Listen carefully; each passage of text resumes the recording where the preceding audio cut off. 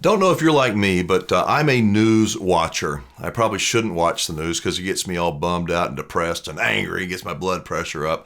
But I watch the news a lot. Some of my videos that I do, as you know, are about things that I see in the news and going on in the world around me.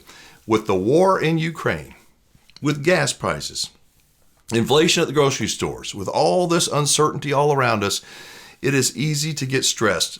And I do a lot of reading, kind of weird stuff from time to time. But after I did a video a couple of days ago on being prepared and things that you might want to think about doing now to get through this rough patch, I read this thing. It's a report from the American Psychological Association. Just bear with me. It's called the Stress in America poll. Stress in America.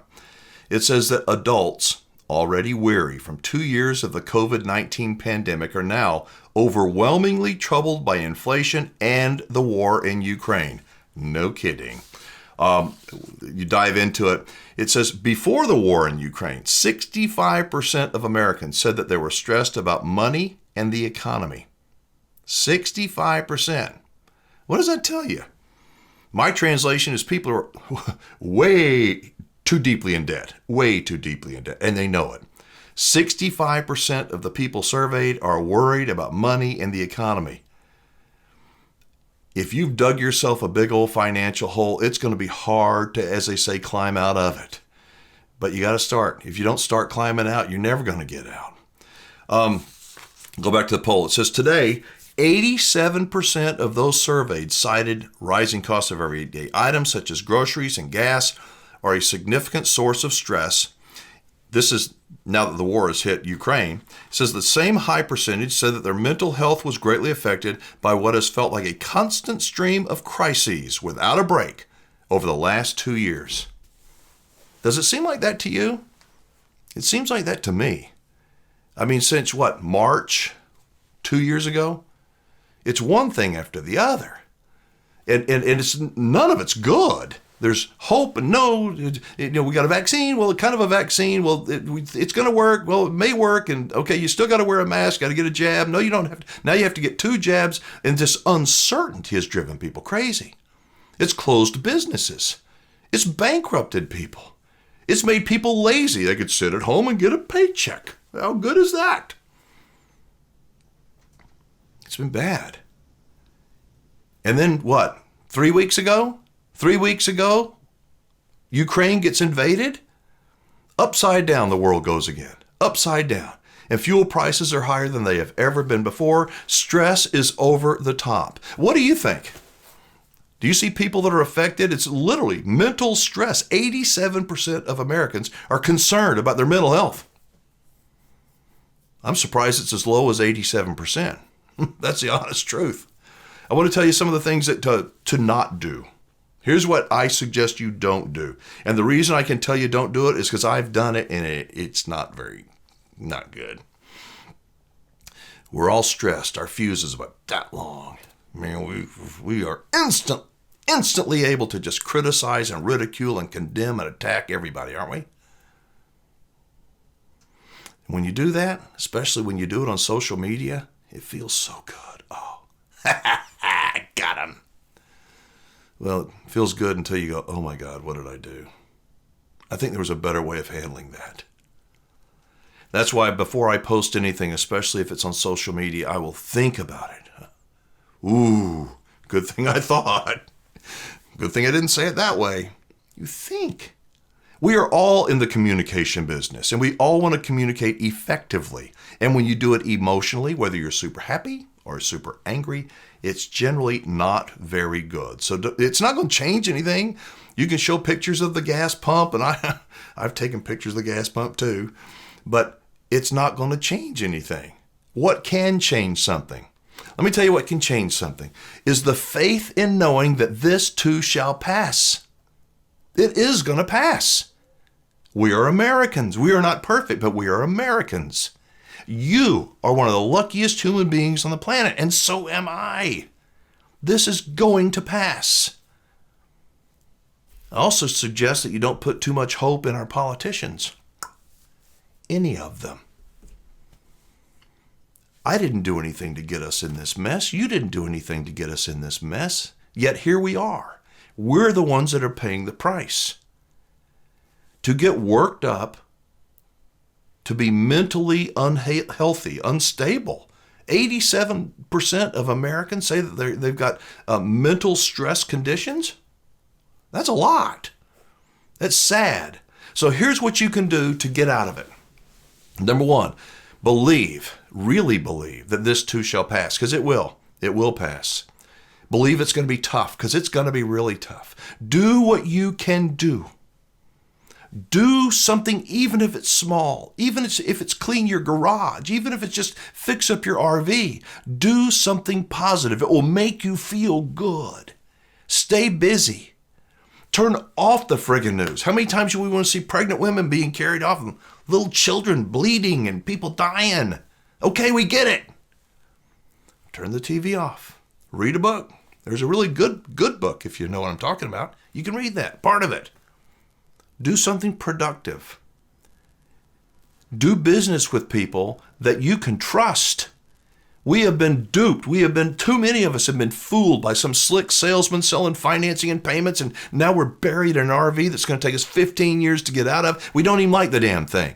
Now, this channel has no advertisers. You will notice down in the description, I have put the names and contact info on a couple of RV dealers that I have vetted. Also with Ron Burge, the RV Lemon lawyer. Ron is a friend of mine.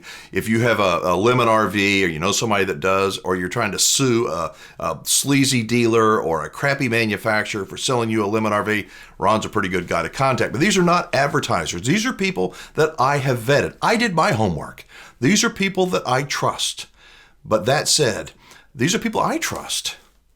Should you do your own homework? Well, absolutely. Don't cheat off of my paper, because you may make a bad decision. It may be a good dealer for me, but not a good dealer for you. So do take in as much information as you can get, but be responsible for your own decision. Don't just take somebody's word for it, even the RV Wingman's word for it. I say it's kind of like, back in school, we took tests as kids. If you didn't study for your test, you paid the price. Right now, we're all paying the price. I paid $67 to fill up my wife's little car the other day. So I feel your pain, believe me. But the people who were prepared in high school and in college, who were ready for that test, they fared a whole lot better than those of us who didn't study very much, if you know what I'm talking about. In terms of buying an RV right now, many people have got a deposit in on an RV that's coming off the assembly line, coming out of the plant. And they're going, oh my God, should we buy this thing or not? Is it a good time or a bad time? What should we do? You got $2,000 or $3,000 or $5,000 maybe down as a deposit on an RV. Let me just say this. You may not like what I'm going to say, but I'm going to tell you my thoughts. Too many people are living way over their head financially. If you are concerned, that's a good thing. It's a good thing to be concerned and evaluate and assess and be honest with yourself. But if you're living so close to the edge that if you miss one or two paychecks, that's going to put you in, on the pathway to poverty, it's probably not a good idea to buy that RV. That's just the truth.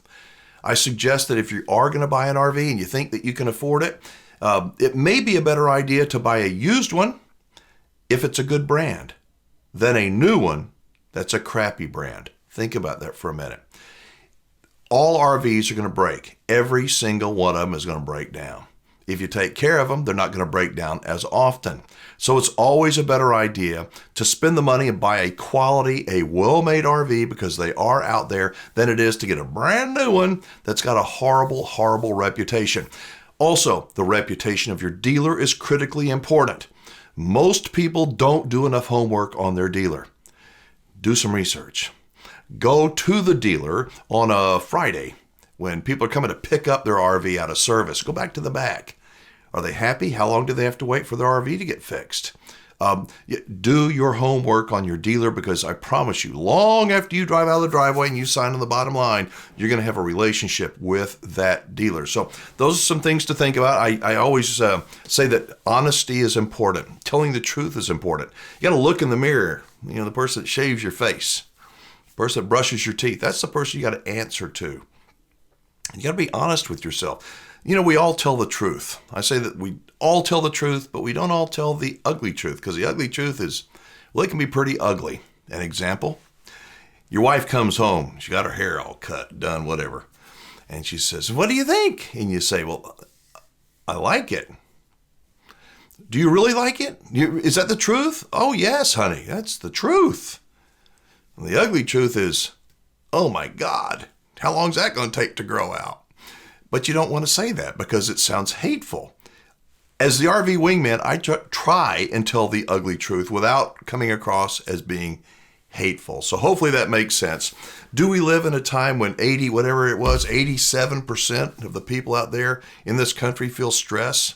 We're mentally stressed out. I think it may be more than 87%. Let me know what you think. Post your comments down below. Are we all stressing out? Are you stressing out? How long do you think this rough patch is going to last? I think it could last for many, many months. Hope it doesn't, but I'm prepared if it does. As always, I do want to hear from you. This is a two-way conversation. I want to thank you so much. Recently, I've received a lot of voicemails, and if you've called, left me a message, thank you. I can't tell you how much that means to me. I listen to every single phone call. I read every email that I get, and in the future, I'm going to be doing probably reading a bunch of emails and doing some videos on that. So I do care. Thank you very much. All my contact information is below. Until next time, I'm Alan Warren, the RV Wingman. I thank you for watching. Hopefully this was of some help. I promise you, this too shall pass. I'll see you again soon.